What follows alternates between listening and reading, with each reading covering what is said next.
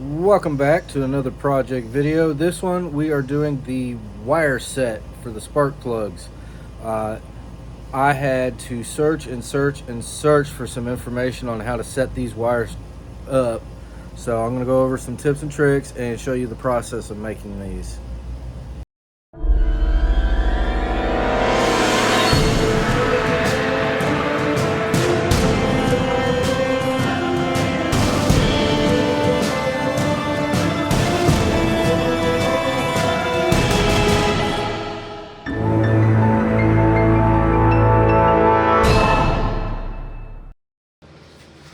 So I went ahead and made up a brand new spark plug cable. This one's for the number 4 cylinder.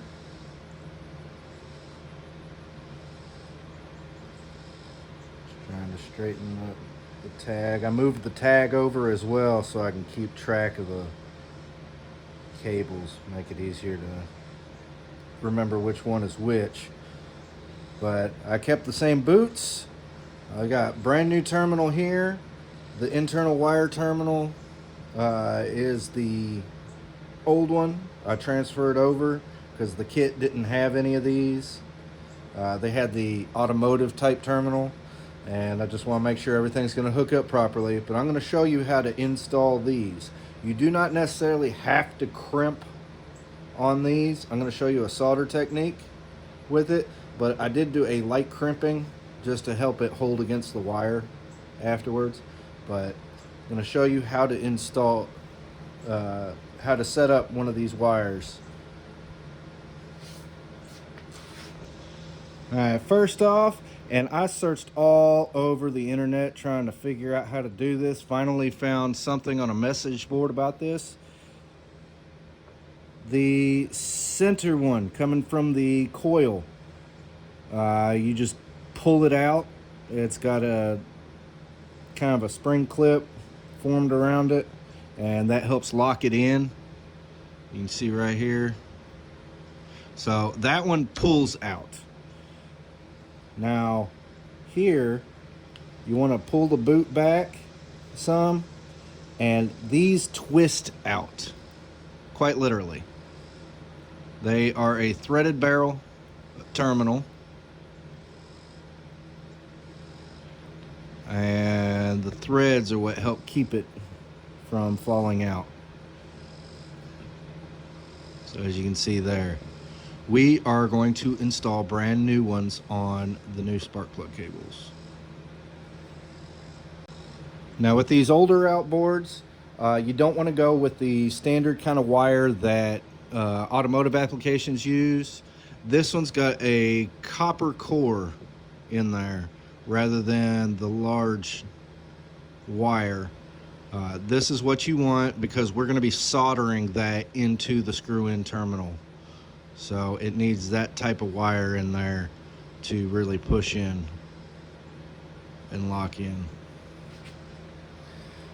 What you do first, and you want to add just a little bit to it because you have to cut the wire back. So leave that wire a little bit longer.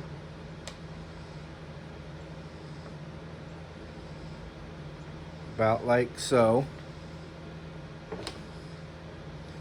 And we're going to want to go about there.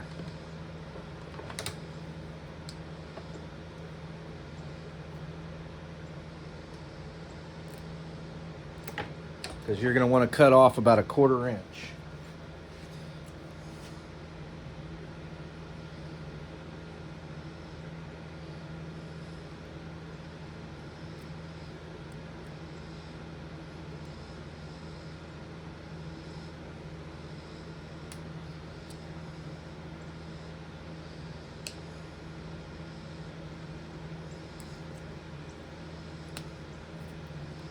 So I got the inner wire exposed.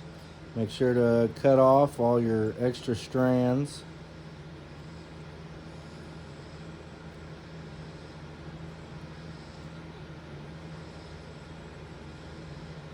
From the insulation going around. I know these are horrible scissors, but these are my shop scissors. So on the barrel style, it's good to use something like a piece of wood from what I've read. And you want to drill a hole or holes depending on how many you're going ahead and making. I'm just doing one at a time, so I just need the single hole. But you want to either be able to thread that into the wood or lay it into the wood.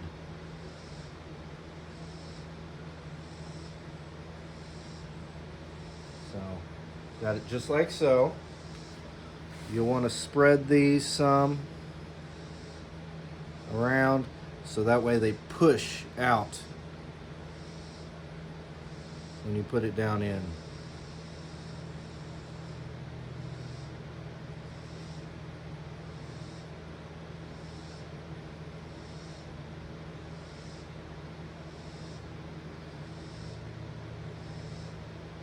And these will kind of smash in a little bit as you push the wire down into the terminal.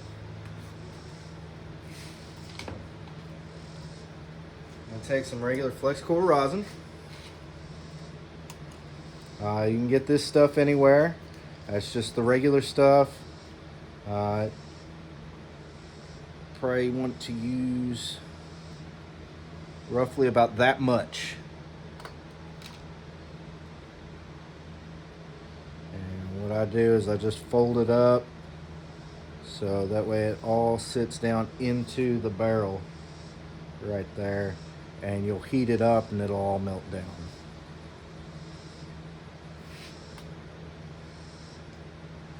You want to make sure you have enough rosin for the wires to get fully engulfed and get a good seal.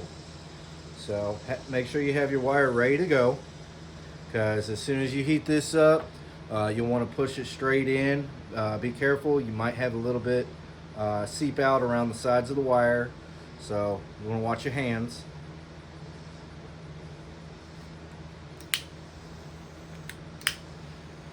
But you'll go ahead and heat it up with a torch. It's the easiest way. Alright, I don't know how easy that is to see.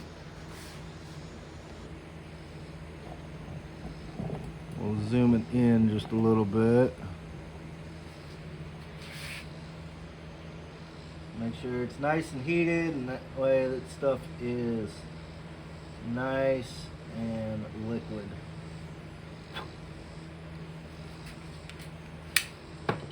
And you want to go as soon as you can. Go ahead and stick that down in there.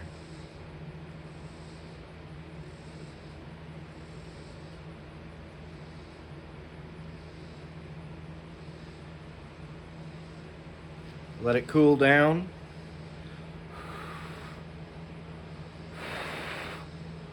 And I'll do a skip ahead, give it a chance to cool down a little bit, and then I'll do a light crimping just because I want to make sure that it's good, and then I'll start putting the boots and everything on. Alright, so I take my crimpers,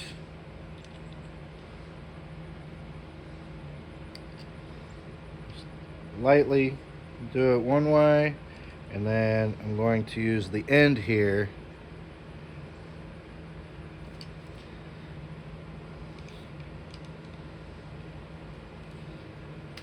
and do a light indentation on both sides of where I just smashed down.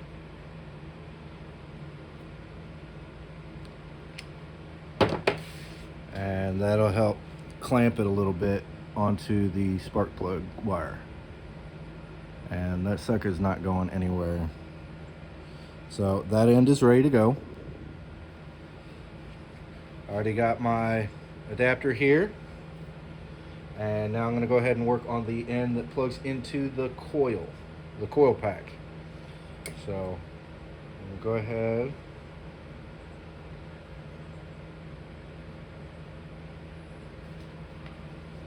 I'm going to zoom back out here. There we go. Cut in a little bit. Pull that off. Expose the wires.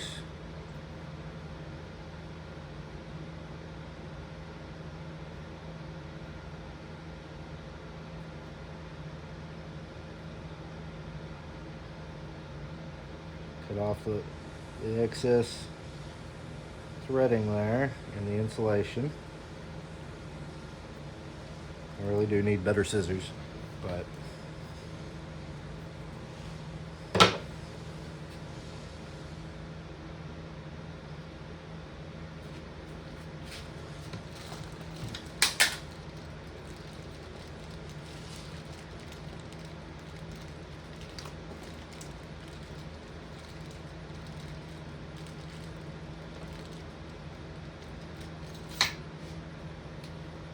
be this style right here.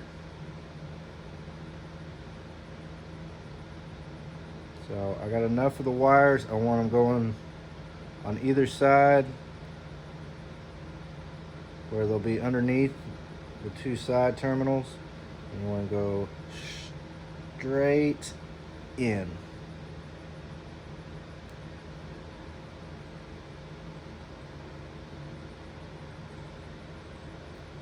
Take that back.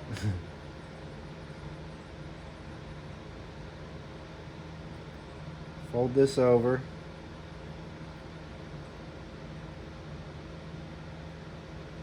To the side that's going to be, whoop.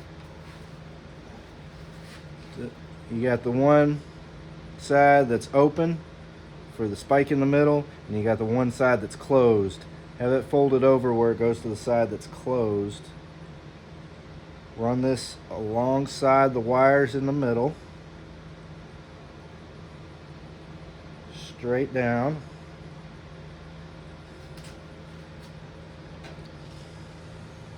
And I'm basically using my crimping tool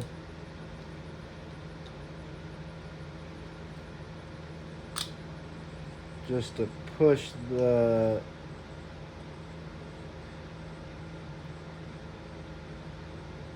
other clamps into place.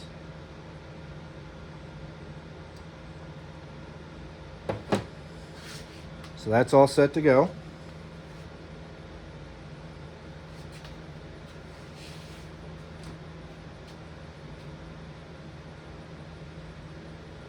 It does help if you put this on first.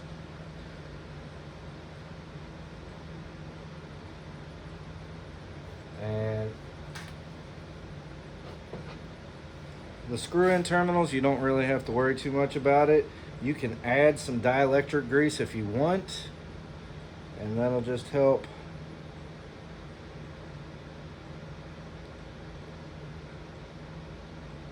I'm basically using the tip to kind of push it on the threads. But it'll help against water intrusion, even though this boot is on there. This one, because of the fact it's clip-in, I'm going to put some around it.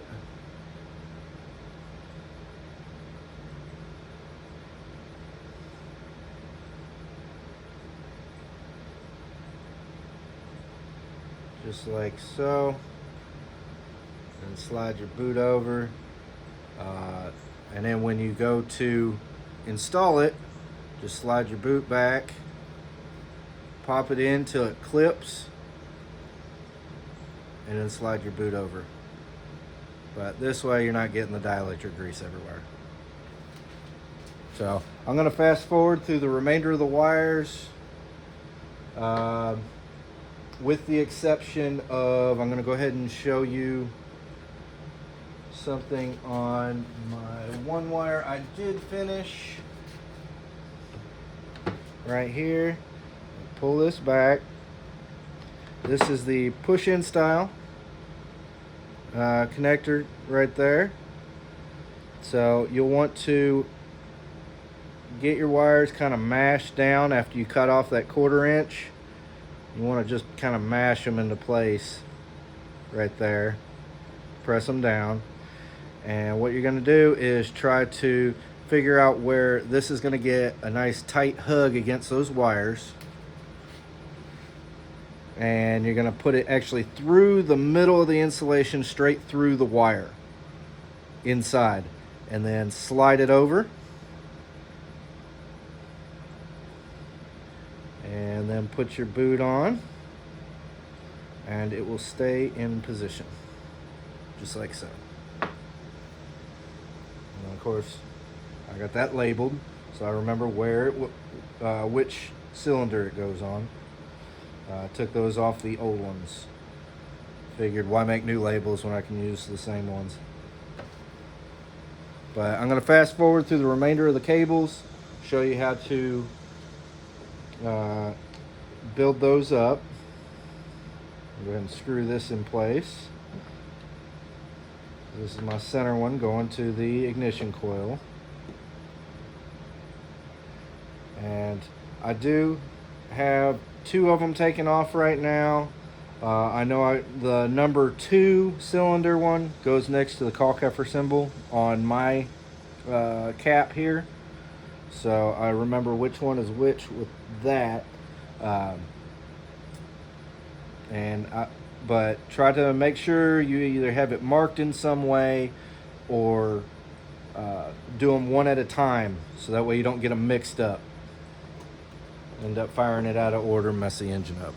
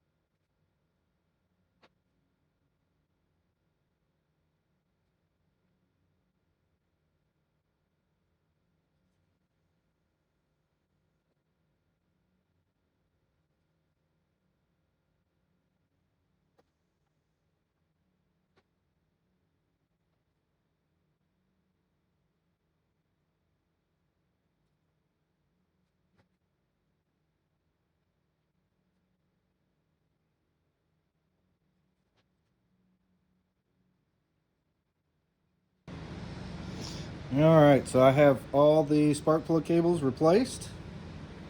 All nice, new, labeled as well.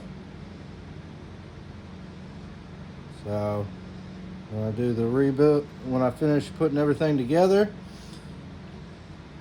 we have some nice, strong spark senders to go to the spark plugs.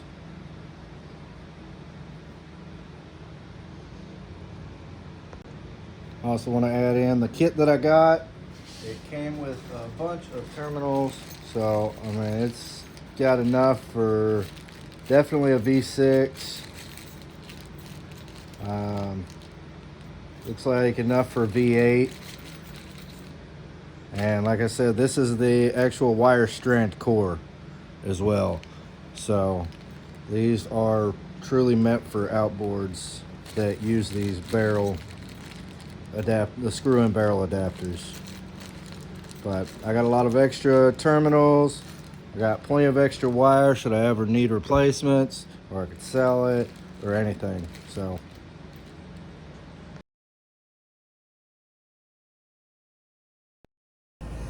So that's going to do it for this video. If you liked it, go ahead and hit that like button. If you haven't subscribed, go ahead and subscribe so you can get future updates about my videos. I will have more on the way. And any questions, comments, put them in the comment box. I'll get back to you. I'm always happy to answer questions for anyone. But until next time, stay tuned.